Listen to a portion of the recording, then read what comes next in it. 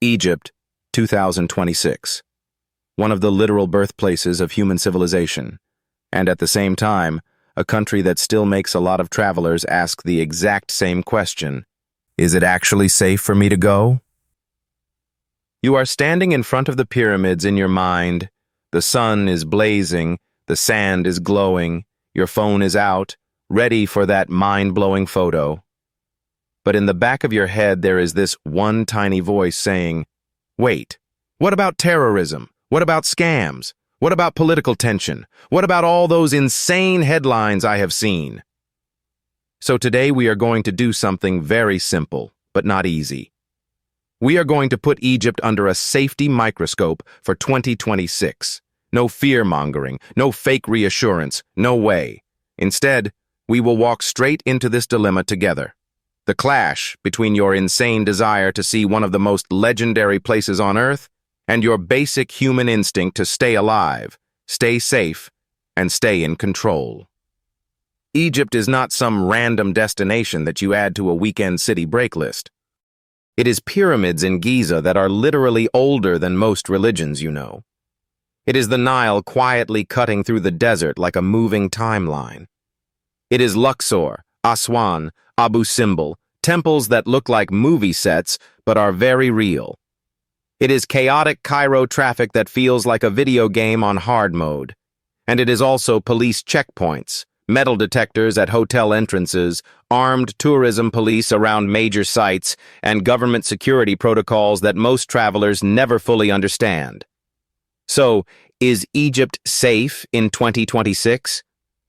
The honest answer is, it depends on what you mean by safe, how prepared you are, and how much risk you are personally willing to accept.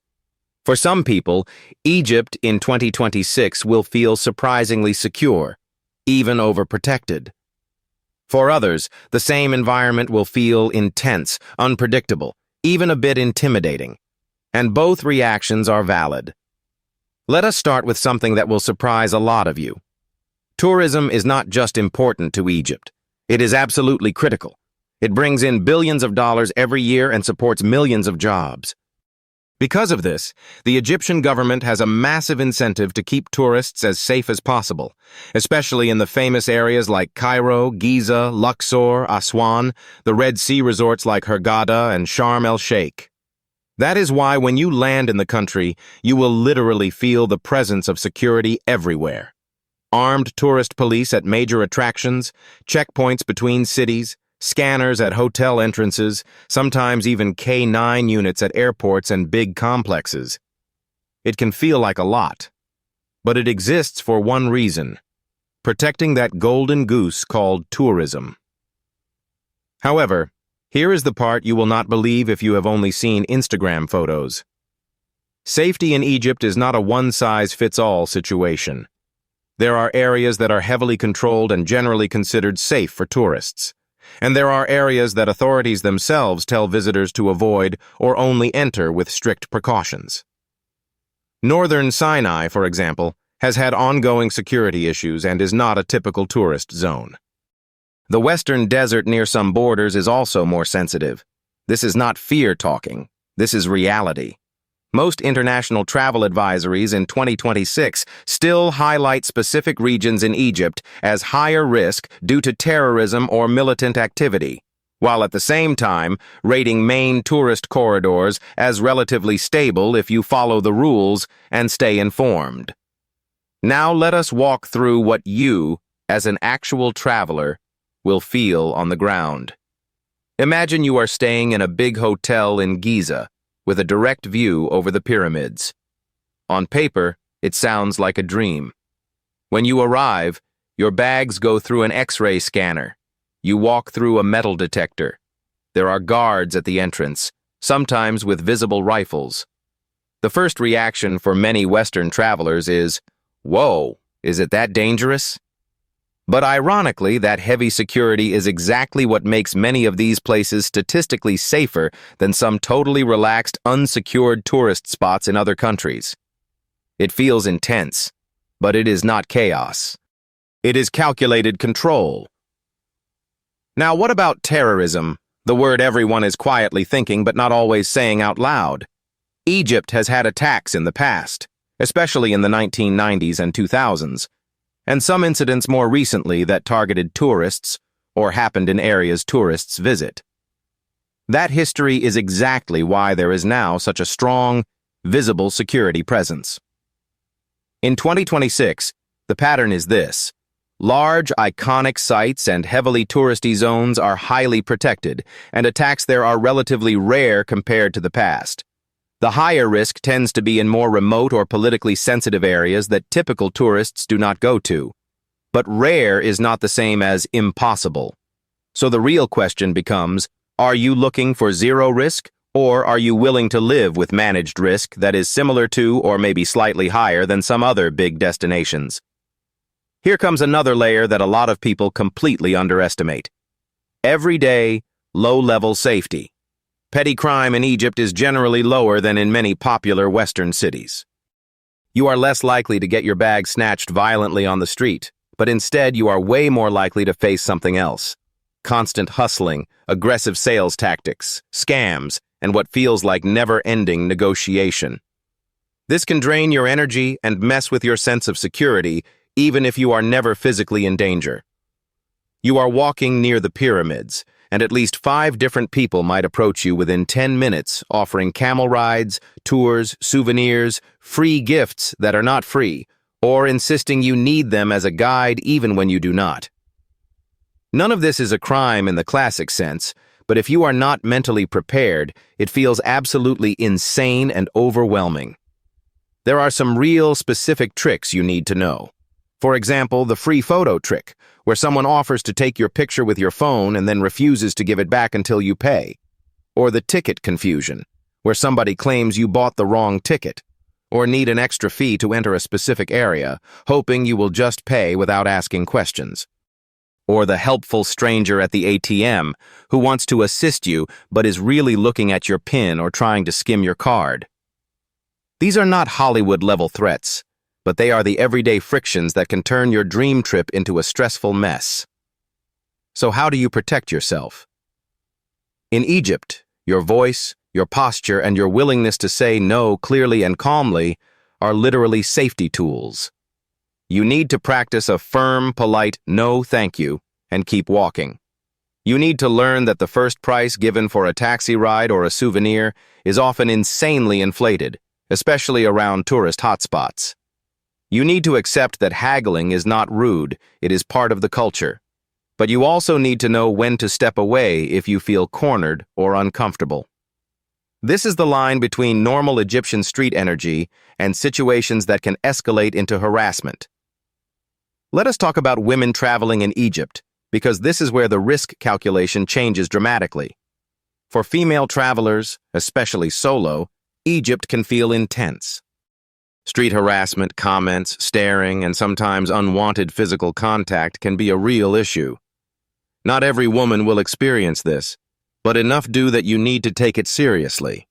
Many female travelers choose to dress more conservatively, covering shoulders and knees, not because it is a legal requirement everywhere, but because it usually reduces attention. Some prefer to travel in small groups, hire trusted guides, or join tours. It is not about victim blaming. It is about understanding the cultural context and stacking the odds in your favor. Saying a loud, confident no, walking away, and heading towards families or official staff can be extremely effective. Nighttime is another dimension. In places like Cairo and Luxor, life goes on late into the evening. It is not a ghost town after dark. But at the same time, walking alone on quiet streets at night, especially far from main tourist areas, is not a smart move. That is not unique to Egypt, but in 2026, with a tourist economy under pressure and a big gap between rich visitors and locals, crime of opportunity can happen. Taking trusted taxis or ride apps where available, staying in well-lit, busy areas, and not flashing expensive gear is basic, but it makes a real difference. Here is a legal twist that a lot of visitors do not realize until it is too late. What you post, what you film, and what you photograph in Egypt is not just content. There are real laws and red lines. Filming or photographing military sites, police buildings, bridges, some government facilities, or even certain checkpoints can get you into serious trouble. You cannot just pull out your camera and record everything, especially if you are pointing it at security forces or sensitive infrastructure. In some cases, you may even need special permits to film content that looks professional. And if you fly drones without permission, that can be a huge legal problem. The government is very sensitive about security and image, and you absolutely do not want to test how strict they can be. There is also a layer of digital and speech caution. Criticizing the state, mocking religion, or posting content online that authorities might interpret as damaging to national image can backfire. Again, we are not playing around here. You might think you are just making a funny vlog about chaos in Cairo, but if it crosses certain invisible lines, you could find yourself in uncomfortable conversations with officials. The safest move is to focus on your travel experience, culture, food, history, daily life, and avoid turning your trip into a political commentary project. Now let us talk about a different kind of safety that people only remember when they are already in trouble. Health. Egyptian tap water is not something most travelers should drink. Stomach issues are insanely common, even for experienced travelers. The good news is that most of these issues are not deadly, but they can ruin your trip for days. Drinking only bottled or properly filtered water, avoiding ice in sketchy places, being careful with raw vegetables and street food hygiene, and carrying basic medicine for stomach problems is not optional. It is your survival kit. Sun exposure is another silent enemy. That beautiful desert light can literally cook you. Dehydration, heat exhaustion, and sunstroke are not rare. You need sunscreen, a hat, light long sleeves, and more water than you think you need. Traffic in Egypt is its own insane universe. If you are imagining organized lanes, perfect crosswalks, and polite drivers, no way. Cairo's traffic especially is loud, aggressive, improvisational. Crossing the street in some areas feels like a live-action video game. The strategy locals use is to walk slowly and predictably, allowing cars to flow around them like a river. But if you panic, run, or stop suddenly, that is when it gets dangerous. Many travelers simply choose to follow locals across the street or use pedestrian bridges where they exist. Driving a rental car yourself in big cities is not recommended unless you have nerves of steel and serious driving experience in chaotic environments. We also have to talk about something more subtle, your relationship with authority while you are in Egypt. In many Western countries, people feel comfortable arguing with police, recording officers, or questioning orders. In Egypt, that is a terrible idea. If a police officer or security official tells you not to film something, to move, to show your passport, or to go through a checkpoint, you comply calmly and respectfully. You do not raise your voice. You do not film them in their face. You do not joke about bombs. You absolutely do not argue aggressively. Being polite and cooperative goes a very long way here and can literally be the difference between a small inconvenience and a nightmare. At this point, you might be thinking, this sounds intense. Why would anyone go? Because the reward can be absolutely mind-blowing if you do it right. Watching the sunrise over the Nile from a hot air balloon in Luxor. Walking through the Temple of Karnak with its massive pillars that make you feel like an ant. Sailing on a traditional felucca boat at sunset. Diving or snorkeling in the Red Sea with water so clear it looks fake. These are not just travel moments. They are, I will remember this on my deathbed moments. And when you stand in front of the pyramids, up close, not through a screen, your brain literally struggles to process how humans thousands of years ago built this with no modern machines. If you have made it this far and found the story interesting and insightful, do not hesitate to give me a like and a subscribe to show your support. Now, back to the big question. What does Egypt in 2026 demand from you, the visitor, to make your trip as safe as realistically possible? First, information. Before you go, you check current travel advisories for Egypt from your government, not because they are always perfect, but because they give you a general risk map, which regions to avoid, where extra caution is needed. You look at recent news not from 10 years ago, but from the last few months. You figure out if there were any serious incidents, protests, or tensions. You check if there are any special rules in place, like curfews in specific regions or restrictions on movement. Second, structure.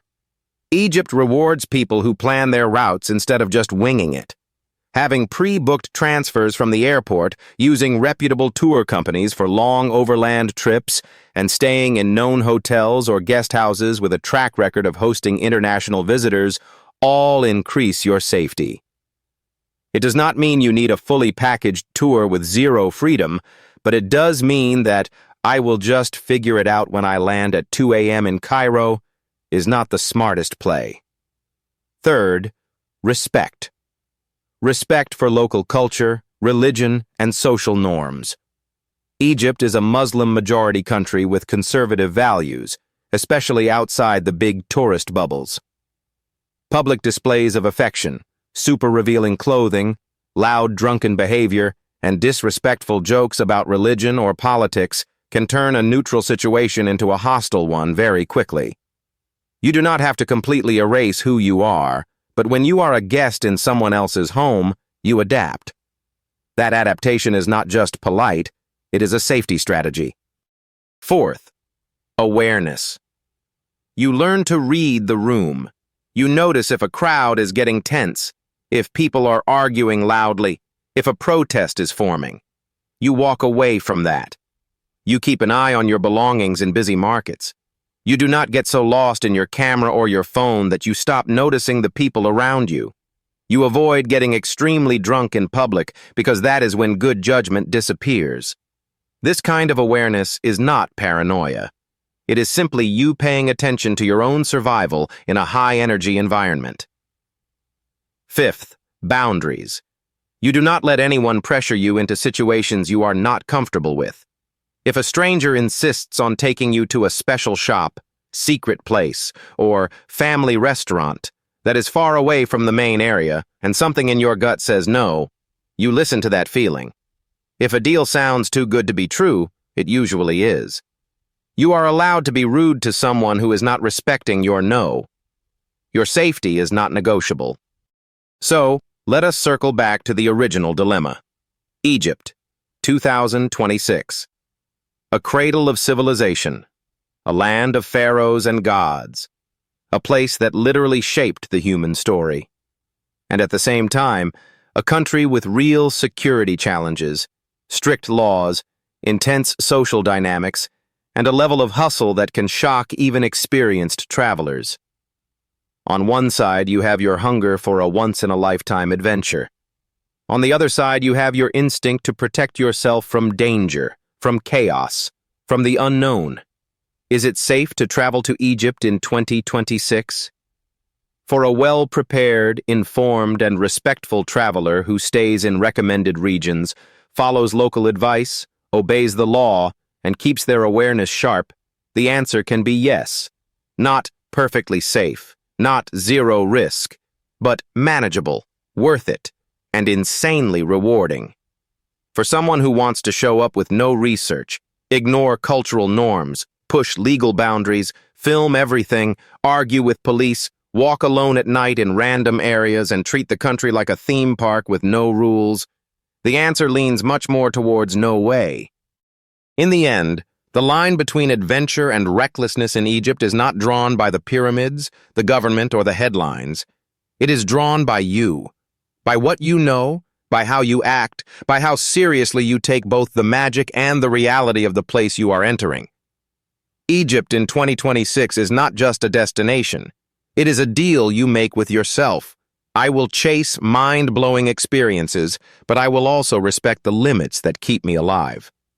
So as you picture yourself standing face to face with the Sphinx, ask yourself one more time, are you ready to do the work that turns this from a reckless gamble into a calculated, unforgettable journey?